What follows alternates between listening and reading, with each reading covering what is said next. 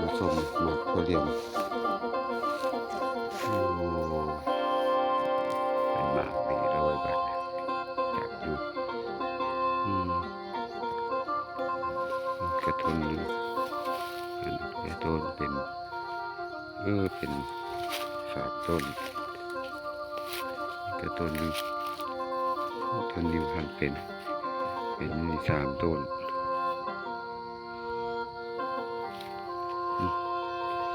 เบื้องต้นหมด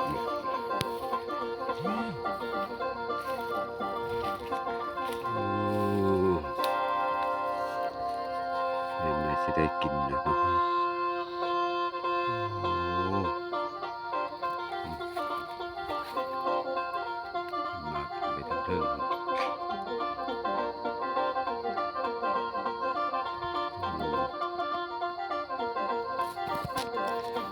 หลายหน่วยอยู่เนาะ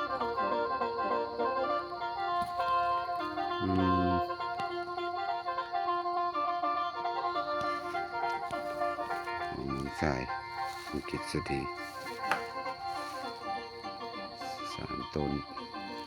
4 ต้นต้นนี้เป็นหมากเดียวต้นนั้นมาตายซ้ำมัน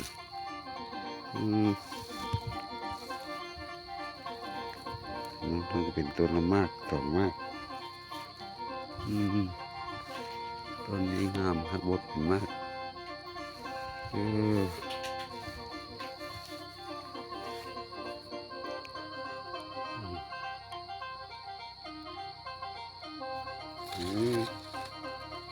ตัวนี้4 5ตัวนี้5 มากกระดกนะเป็นบางต้นแนวนี้ยังตกของเขา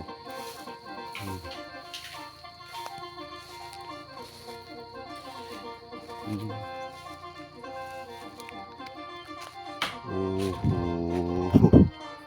อันนี้กระดกหนาอยู่นี่น้องเลยหนาแบบไงต้องเก็บแบบนี้ไว้จุกจะได้กินเนาะนี่สวยงามจริงๆหมากมรดกดงอเรียกันอยู่ตรงนี้เนาะ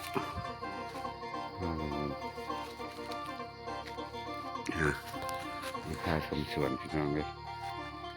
ชมสวนทุเรียนน้องชายต้นมันจะตายเป็นน้องโจนี่แหละเรียนรับหมากผลกับมัทุเรียนนี่แหละข้าวมาเค็มข้าวน้ำหอม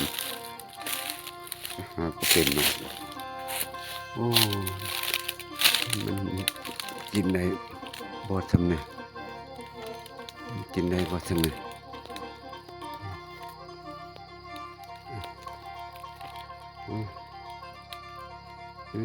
ถูกนะ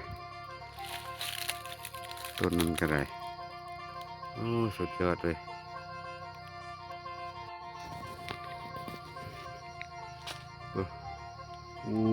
หลายหน่วยอยู่นี่เป็นเช้าอยู่นี่สีเมนี่เป็นแต่มันนี่มีแห้งมาหดน้ำให้เนาะยามมันแรงฝนนี้มันเป็นท่าแต่ว่าน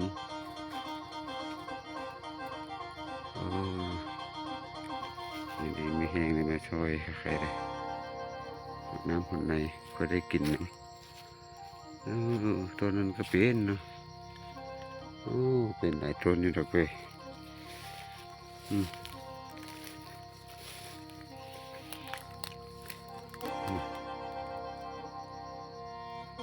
เกษตรหมู่บ้านเกษตรและท้องไร่ท้องนาหน่อยหอมเป็นนอกคนอะไรที่มาอีก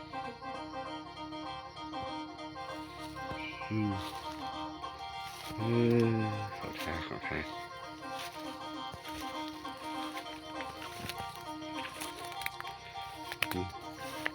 ทีแรกก็ต้องสิบเป็นหมาก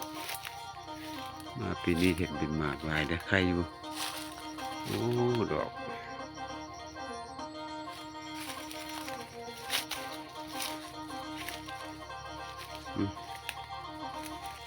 ต้นนั้นใหญ่ไปแห้งแล้วเป็นหมากตัวหนึ่งละตายวันแกกแทรก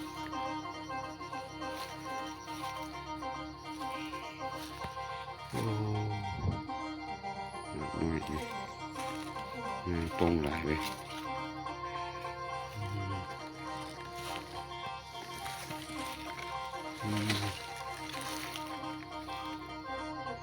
ยังมาทันได้ถือกินหอมอยู่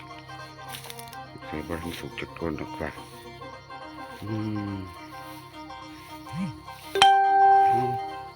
น้ำปงเป่งๆมาอย่างน้อ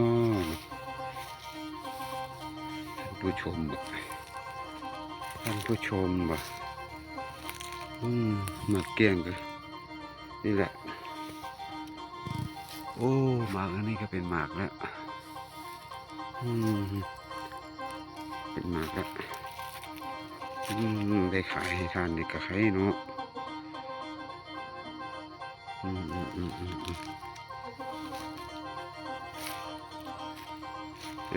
้นหมากนี่อันนี้โทษต้นหมากนี่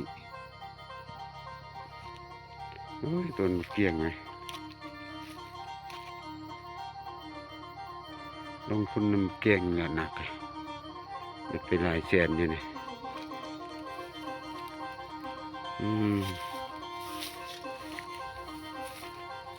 งามอยู่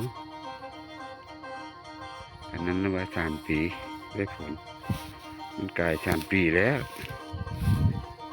นี่5 ปีเขาละ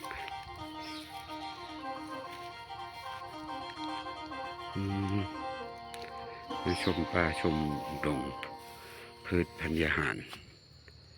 ต้นมะพร้าวก็ใหญ่อยู่เลยเนาะ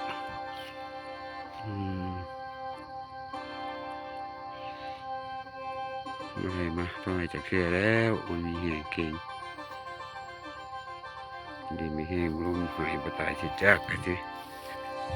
มาต่อยจะดอก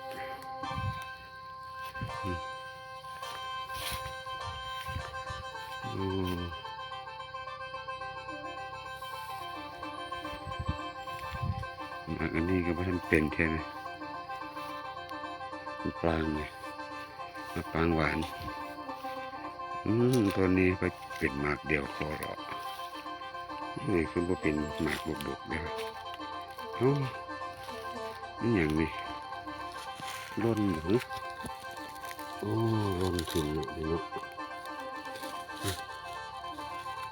ร่นถิ่นร่นก็ที่ก่อแล้วนี่มันร่นแค่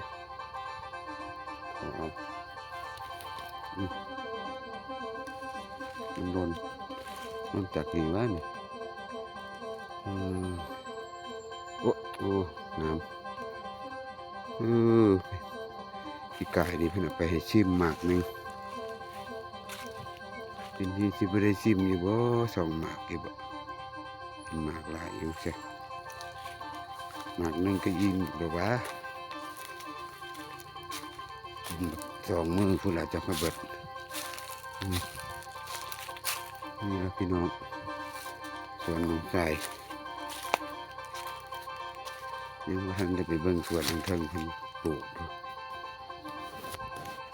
อันนี้มีแห้งไปเบิ่งสวนทางเทิงโอ้หมากไฟก็ได้หมากน้อยไปหนาเนาะมุดกคือเก่า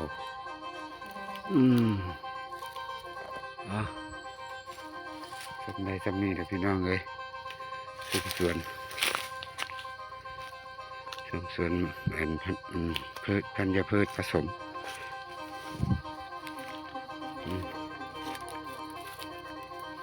อันนี้มันเอาลงต่ำอีกบอกมันคือทั้งอีกี้คือสูงว่ะเอาลงต่ำอีกเนาะลงต่ำอีก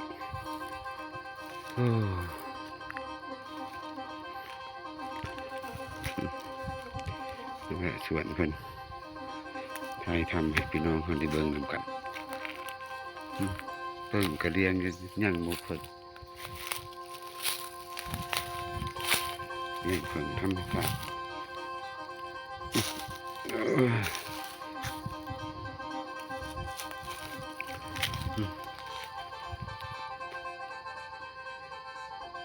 สำหรับคลิปนี้ก็จบกันไว้เท่านี้พี่น้องเลย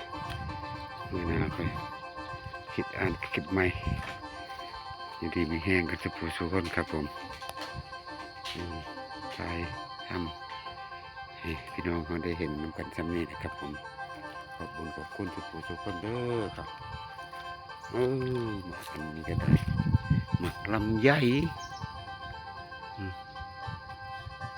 กลับแล้วครับขอบคุณครับ